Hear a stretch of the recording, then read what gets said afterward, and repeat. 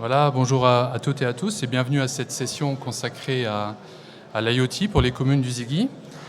Donc ce que je voudrais aborder avec vous ce soir, c'est déjà l'IoT. Donc qu'est-ce qu'on entend par IoT? Tout le monde ne connaît pas l'IoT. Voir ensuite avec vous quels sont les projets, je dirais, où le Ziggy se positionne dans le cadre de l'IoT. Quel est le rôle? Le troisième point sera quel est le rôle du Ziggy sur ces projets? Et je terminerai en disant voilà, quelles sont les évolutions possibles, qu'est-ce que l'on constate dans les communes autour de l'IoT. Donc déjà, avant de rentrer dans le vif du sujet, j'ai pris une définition assez académique. Donc l'IoT, c'est quoi? C'est une infrastructure mondiale pour la société de l'information qui permet de disposer de services évolués en interconnectant des objets. Donc des services pour toutes sortes d'applications, en garantissant la sécurité et la confidentialité. Donc, de façon plus simple, je vous ai ramené un petit objet. Voilà, donc ça se présente sous forme de boîte. Donc là, c'est un capteur IoT. Donc, qu'est-ce que c'est un capteur IoT? C'est un capteur qui va mesurer quelque chose. Dans ce cas-là, donc, on parle de la qualité de l'air, qui va transmettre cette information dans un but de l'utiliser aussi bien pour une application que pour un dashboard. Voilà, donc maintenant on en sait un peu plus sur l'IoT. Je vous propose directement de rentrer dans le vif du sujet avec quelques projets, quelques réalisations qui ont été faites dans les communes. Donc une première chose, donc là on est sur la thématique de l'eau. Alors dans ce cadre, donc, pour ce projet, la problématique était le renouvellement des compteurs d'eau. Donc il faut savoir au jour d'aujourd'hui, vous le savez, que une des missions des communes est de fournir l'eau aux citoyens, avec la complexité de relever les compteurs d'eau. Donc on a deux possibilités, la télérelève, donc une voiture qui passe dans la rue, qui récupère les indices, ou tout simplement prendre contact avec le citoyen et aller relever manuellement le compteur dans la commune. Donc je dirais, ce qui veut dire derrière, c'est une complexité pour gérer le rendez-vous, récupérer l'information. Il faut savoir que même pour la télérelève, donc la commune dispose d'appareils permettant de downloader l'information, avec un risque toujours d'écraser un fichier, de dire est-ce que c'est le bon fichier. Et là, je vous parle d'expérience vécue, donc je dirais ça peut vraiment être un problème pour les communes. Un autre point très important, donc la commune ne peut pas en permanence faire des relèves chez le citoyen, ce qui veut dire que la commune facture sur base d'avance. Ce qui a été constaté dans des communes, c'est, par exemple, vous facturez une avance sur un modèle, je dirais, sur un foyer, un ménage, et on se rend compte qu'il y a une fuite, et 6 mois après, vous avez une facture très importante parce que malheureusement, il y avait une fuite dans la commune. Donc je dirais, ce sont les problèmes qui ont amené ce projet dans la commune. Donc la solution qui a été mise en place, donc c'était un capteur, bon c'est pas celui-ci, mais un capteur donc, qui en fait lui a repris le volume d'eau dans la commune, donc un compteur d'eau intelligent, un compteur d'eau IoT. Ce compteur d'eau travaille, je dirais, avec un réseau IoT. Donc, ce sont des réseaux spécialisés qui nécessitent que très peu de batterie pour émettre, parce qu'il faut savoir que le compteur est autonome, donc ne nécessite pas de prise de courant. Et donc, une fois ceci fait, donc le Ziggy a repris les informations pour deux choses. La première, c'est la mettre à disposition des applications, notamment de GESCOM facturation, et la propager aux services techniques comme tableau de bord et ou, sur choix de la commune, aux citoyens pour voir simplement sa consommation d'eau au quotidien. Donc je dirais les bénéfices de ce projet, on le voit très très vite, donc c'est un peu l'envers des problèmes. C'est l'exactitude du relevé. Un compteur, il donne l'information juste de façon très très simple. Le gain de temps, donc ça évite aux services techniques qui ont déjà beaucoup à faire de se déplacer dans les communes, dans les communes pour les bâtiments et chez les citoyens pour les relever, d'identifier les fuites. Donc là, on parle d'un relevé journalier. Donc si vous voyez une consommation, c'est très simple, pas de robinet ouvert et une consommation, donc potentiellement une fuite chez vous. La planification des réseaux de conduite. Donc en mettant un ensemble de compteurs, on peut voir les pics de consommation d'eau sur les grosses canalisations. La facturation sur le réel consommé, d'éviter des problèmes aussi bien avec les citoyens sur un volume d'eau perdu dans la nature par un problème de fuite. Et donc indirectement une gestion accrue des finances communales pour éviter des impayés indirectement avec le citoyen. Et je dirais un point très très important, d'autant plus en ce moment avec la chaleur que l'on a, c'est vraiment de sensibiliser le citoyen dans le cadre du développement durable.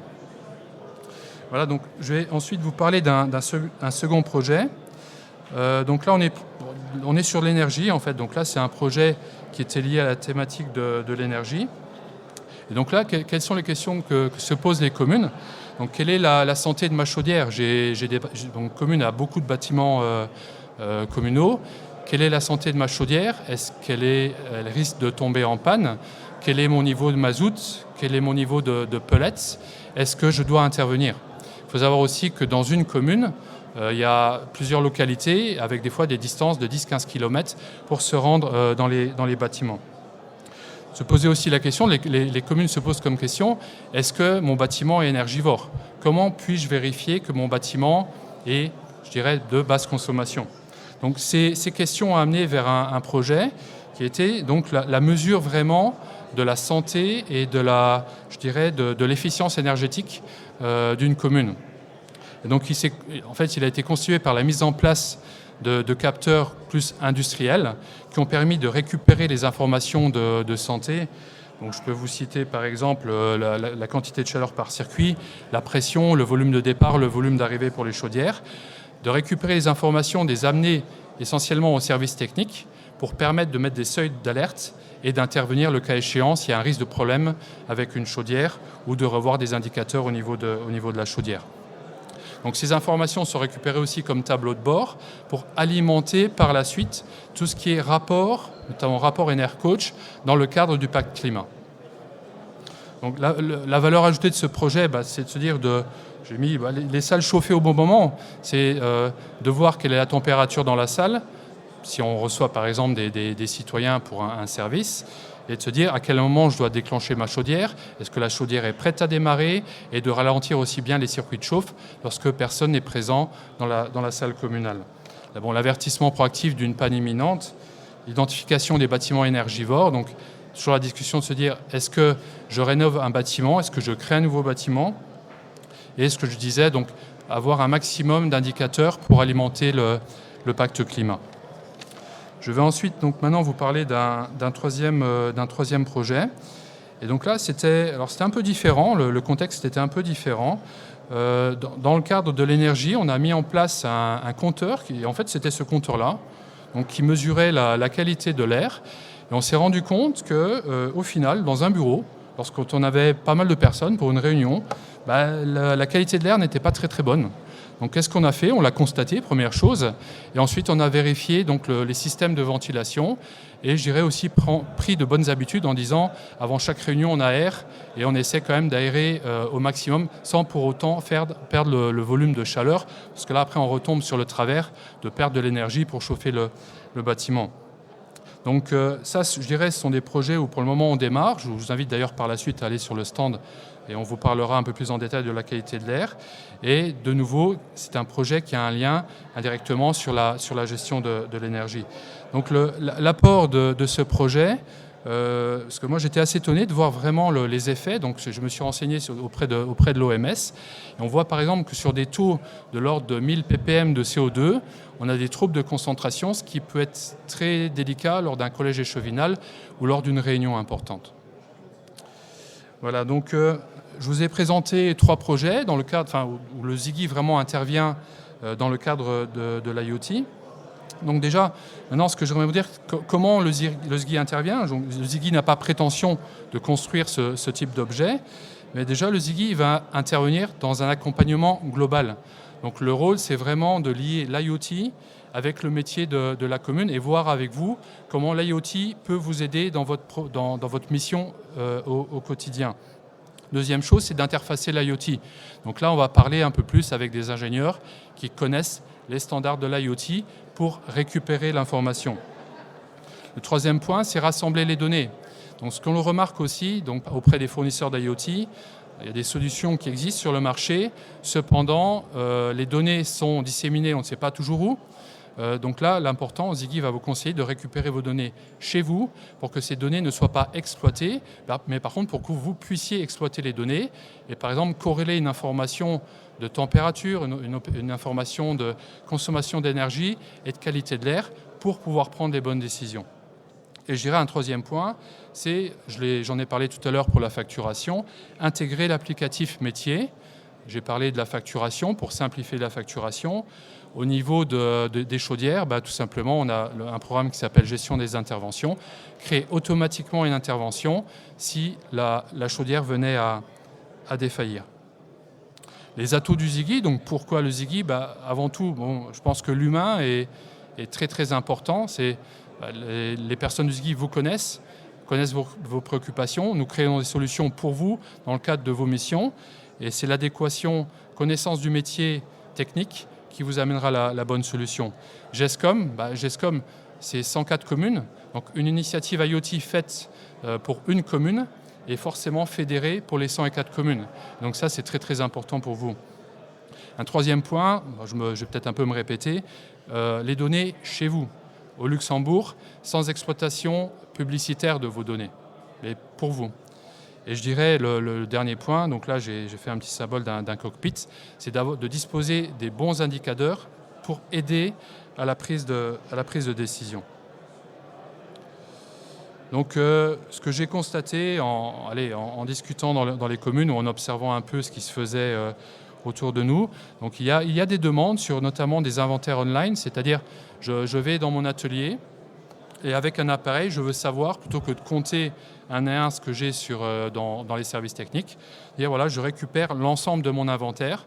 Je vois également les véhicules qui sont sortis de la commune, je vois le matériel qui est dans la commune. Lors d'une fête, je peux également voir qu'est-ce qui a été délivré pour la fête et qu'est-ce que je récupère pour la fête. Le parcours du citoyen dans la mairie. Donc se poser la question d'observer déjà un peu les mouvements des citoyens dans la mairie pour se dire est-ce que les services sont bien organisés ? Est-ce que je ne devrais pas peut-être bouger un peu l'accueil du citoyen ? Parce que naturellement, les citoyens ont tendance à aller aussi bien vers la droite. Donc il existe des solutions qui permettent de faire ça. J'en ai parlé, automatiser les rapports du pacte climat. Donc chaque année, les communes doivent remplir un certain nombre d'indicateurs, déjà facilités par la reprise d'EnerCoach avec le patrimoine communal, qui plus est pour être enrichis par les indicateurs IoT pour vraiment simplifier le travail et permettre vraiment d'avoir un cadastre énergétique complet. Un autre point qui est totalement différent, dans le cadre d'un événement festif par exemple, s'assurer que la chaîne du froid est respectée et éviter tout problème sanitaire. Donc je conclurai en disant que l'IoT doit essentiellement répondre à un besoin métier et doit aider, je dirais, dans la mission de la commune pour vous simplifier la vie. On l'a vu avec les compteurs d'eau, je crois que là c'est vraiment flagrant. Le second point qui dit IoT dit data, récupérer les informations pour aider à la prise de décision. Et quand je dis information, je parle de l'ensemble des informations, quelles que soient les initiatives IoT. Et je dirais le dernier point, les données sont le capital d'une commune, gardez-les, exigez que dans vos projets IoT, vous ayez accès aux données et vous uniquement. Pour d'autres questions, je vous invite à échanger avec vous sur le stand et voilà, je vous remercie vraiment beaucoup de votre attention.